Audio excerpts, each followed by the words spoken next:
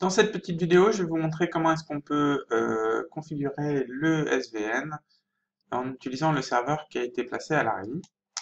Donc je vais ouvrir un navigateur web et je vais naviguer directement à l'adresse du SVN, c'est-à-dire svn-track.ufr-infop6.jusio.fr. Alors ce serveur nécessite une authentification, donc je vais saisir mon numéro d'étudiant, moi je suis 1 million, ainsi que mon mot de passe. Voilà, je me connecte. Et donc, on va arriver sur cette page d'accueil qui va me permettre de démarrer un nouveau projet. Alors ici, la première chose que je vais aller faire, c'est que je vais aller dans Admin et je vais trouver ici les projets que j'ai pu construire. Donc, je vais créer un projet vierge tout nouveau. Donc, je vais supprimer celui-ci que j'avais créé précédemment. Et je vais créer un nouveau projet que je vais appeler UML. Voilà. Je fais ajouter. Il construit donc tout un jeu d'informations sur le serveur. Et le nom de mon projet va donc être etu-uml. Voilà, etu-uml. Très bien. Donc maintenant, je vais cliquer sur etu-uml pour aller gérer ce projet particulier. Et donc, ici, je peux voir que je suis l'administrateur de ce projet et qu'il y a deux URL qui sont fournies, qui sont l'URL du SVN, ça va être pour s'en servir pour aller chercher les fichiers, et l'URL du track, donc c'est ça que je vais utiliser tout de suite, qui va me permettre d'administrer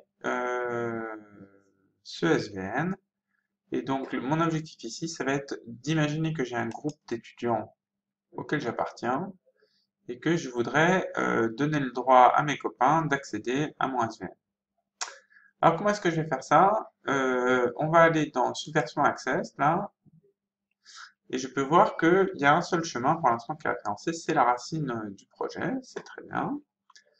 Donc, je vais maintenant créer un nouveau groupe SVN que je vais appeler Dev. C'est les développeurs, c'est les membres de mon groupe. Donc, je fais Add. Voilà, il existe maintenant un groupe etu-uml-dev. Alors maintenant, ce que je voudrais, c'est rajouter des gens dans ce groupe. Donc, je vais cliquer dessus, ça va s'élargir, et là, on va me proposer d'ajouter des gens au groupe. Donc, je vais supposer que je vais rajouter 1 100 000, hop, et 1 200 000. Voilà, hop, ça c'est mes copains. Donc, vous en mettez autant que vous voulez. Vous voyez, c'est juste le numéro d'étudiant que j'utilise pour ajouter les membres au groupe. Maintenant que j'ai ce groupe, je voudrais lui donner des droits particuliers sur certains chemins. Donc ici, je vais sélectionner la racine, tout bêtement. Et on peut voir ici que par défaut, le monde entier, c'est-à-dire étoile, a accès en lecture, mais pas en écriture à mon dépôt. Et que moi, j'ai accès en lecture et en écriture. Donc, qu'est-ce que je vais faire? Je vais rajouter un pass member to etu-uml. Et donc, je vais mettre quoi? Je vais mettre etu-uml-dev. Ça, c'est le nom du groupe, et je vais dire qu'ils ont le droit de lire et d'écrire. Je les ajoute, et voilà. Et maintenant, tous les gens qui appartiennent au groupe etu-uml ont le droit de lire et d'écrire, et etu-uml-dev, il contient actuellement 2 groupes, mais je peux en rajouter d'autres assez facilement.